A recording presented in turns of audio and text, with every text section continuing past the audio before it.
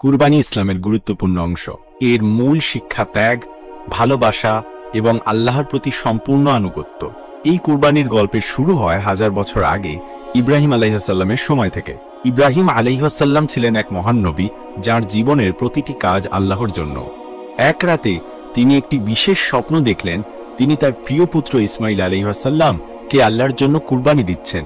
প্রথমে তিনি ভাবলেন এটি কি কোনো স্বাভাবিক স্বপ্ন, কিন্তু এটি 3 রাত ধরে পুনরায় দেখা দিল এবং তিনি বুঝলেন এটি আল্লাহর নির্দেশ।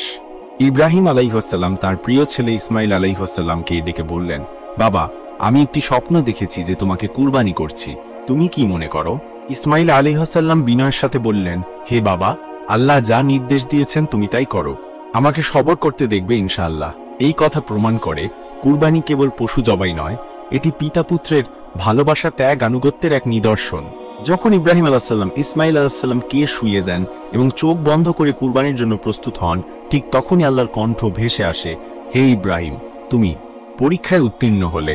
এবং ইসমাইল আলাইহিসসালাম এর পরিবর্তে একটি জান্নাতি পশু নামানো হয় কুরবানির জন্য। এই ঘটনা আমাদের শেখায় আল্লাহ কখনো অন্যায় চান না।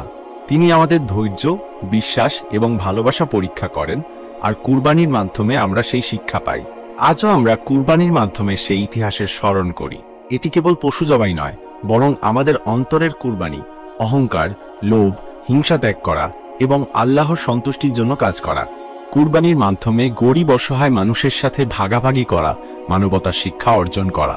আসুন আমরা কুরবানির এই শিক্ষা গ্রহণ করি।